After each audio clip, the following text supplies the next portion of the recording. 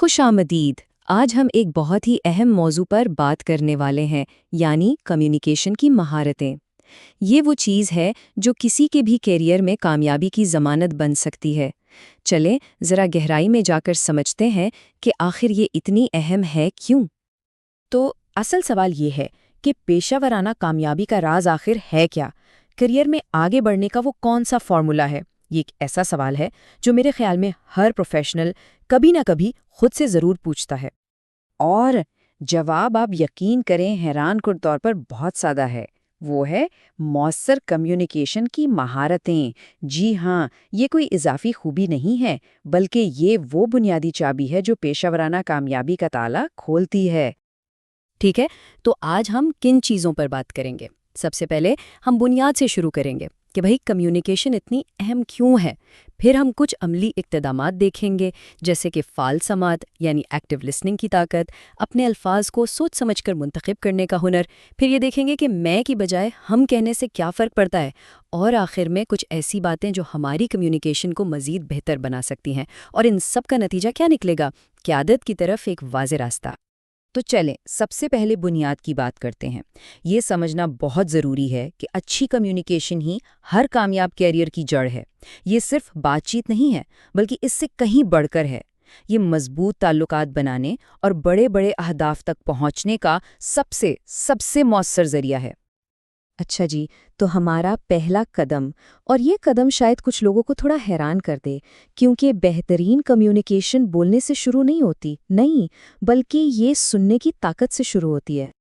تو یہ فعال سماعت یا ایکٹیو لسننگ ہے کیا چیز؟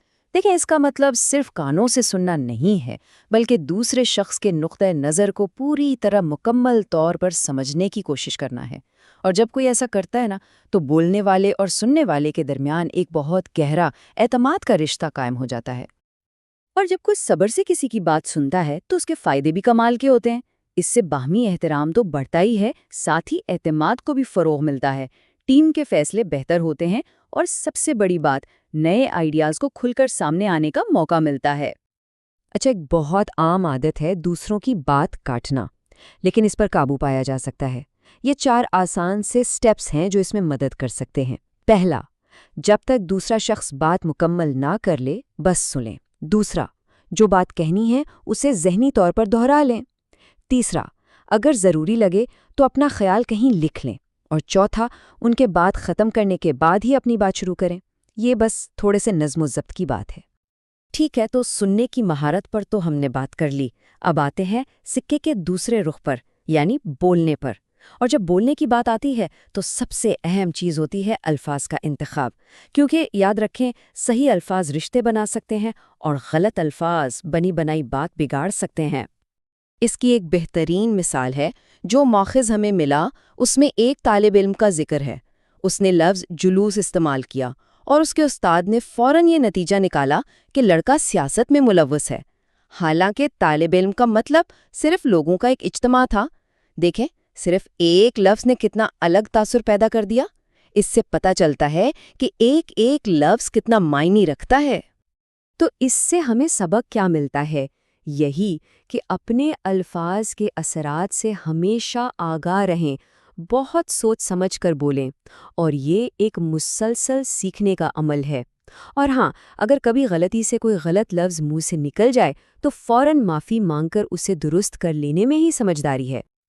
اچھا، تو اپنے ذخیرہ الفاظ کو بہتر کیسے بنایا جائے؟ یہ صرف کبھی کبھار کتاب پڑھنے سے نہیں ہوگا، یہ اپنی عادتیں بدلنے کا نام ہے۔ پرانی غیر فعال عادتوں کو چھوڑنا ہوگا اور نئی فعال عادتیں اپنانی ہوں گی، جیسے صرف سننے کے بجائے مشہور مقررین کو غور سے سننا۔ اور جب کوئی نیا لفظ سیکھیں تو اسے بھول نہ جائیں، اسے لکھیں اور اپنی گفتگو میں استعمال کرنے کی مشق کریں۔ اب آتے ہیں ایک بہت ہی باریک لیکن انتہائی طاقتور نقطے پر، یہ ہے میں اور ہم کا استعمال۔ زبان میں یہ چھوٹی سی تبدیلی کام کی جگہ پر بہت گہرا نفسیاتی اثر ڈال سکتی ہے۔ ذرا ان دونوں سے پیدا ہونے والے تاثرات میں فرق دیکھیں۔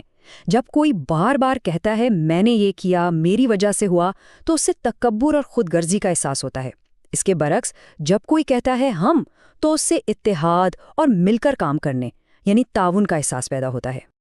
یہاں ایک عملی مثال دیکھیں تم نے یہ کام کیوں نہیں کیا کہنے کے بجائے، جو کہ ایک الزام کی طرح لگتا ہے، اگر کوئی کہے ہمیں یہ کام کر لینا چاہیے تو بات بالکل بدل جاتی ہے۔